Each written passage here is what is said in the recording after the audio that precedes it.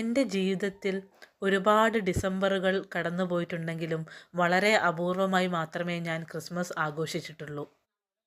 അതുകൊണ്ട് തന്നെ ഈ പ്രാവശ്യത്തെ ക്രിസ്മസ് ഏറെ പ്രിയപ്പെട്ടതാണ്.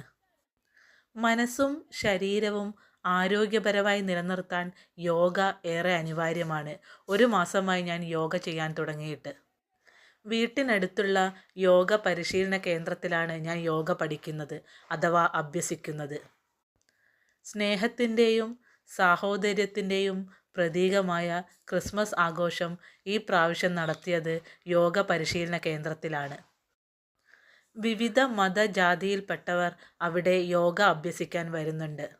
ദിവസവും വൈകുന്നേരം 1 മണിക്കൂർ അഭ്യസിക്കുന്ന യോഗ എൻ്റെ ജീവിതത്തിൽ ഏറെ പ്രധാനപ്പെട്ടതാണ്.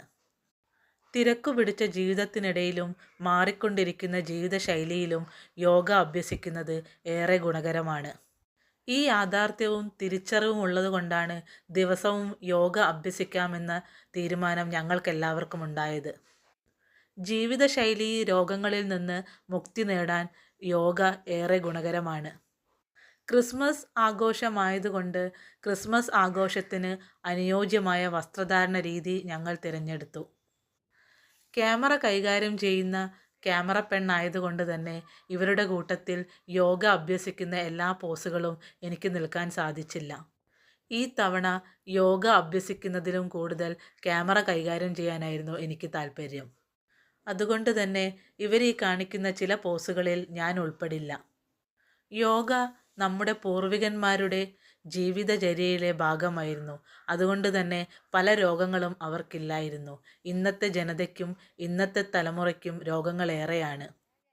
ക്രിസ്മസ് ആഘോഷിക്കുന്നതിൻ്റെ ഒപ്പം തന്നെ യോഗയുടെ പ്രാധാന്യം എല്ലാവരിലേക്കും എത്തിക്കുക എന്നുള്ളതാണ് എൻ്റെ ലക്ഷ്യം. ക്രിസ്മസ് ആഘോഷം മധുരമുള്ളതാക്കാൻ വേണ്ടി ഒരു കേക്ക് കട്ടിംഗ് സെറിമണിയും നടത്തി. സ്നേഹത്തിൽ ചാലിച്ച കേക്ക് കഷ്ണങ്ങൾ എല്ലാവരും സ്വീകരിച്ചു. എല്ലാ ശുഭമുഹൂർത്തങ്ങളിലും മധുരം വിളമ്പുന്നത് വളരെ നല്ലതാണ്. അത് ഓരോ പരിപാടിയെയും ഏറെ മധുരമുള്ളതാക്കി മാറ്റും.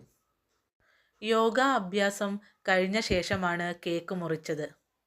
ഇനി അടുത്ത ക്രിസ്മസ് വരെ ഈ പ്രാവശ്യത്തെ ക്രിസ്മസ് ഒരു ഓർമ്മയായിരിക്കും. ഞാൻ നേരത്തെ പറഞ്ഞ പോലെ മധുരമുള്ള ഒരോർമ്മ. ഇനി ദീർഘിപ്പിക്കുന്നില്ല. എല്ലാവർക്കും സ്നേഹത്തിൻ്റെയും സമാധാനത്തിൻ്റെയും ഹാപ്പി ക്രിസ്മസ്.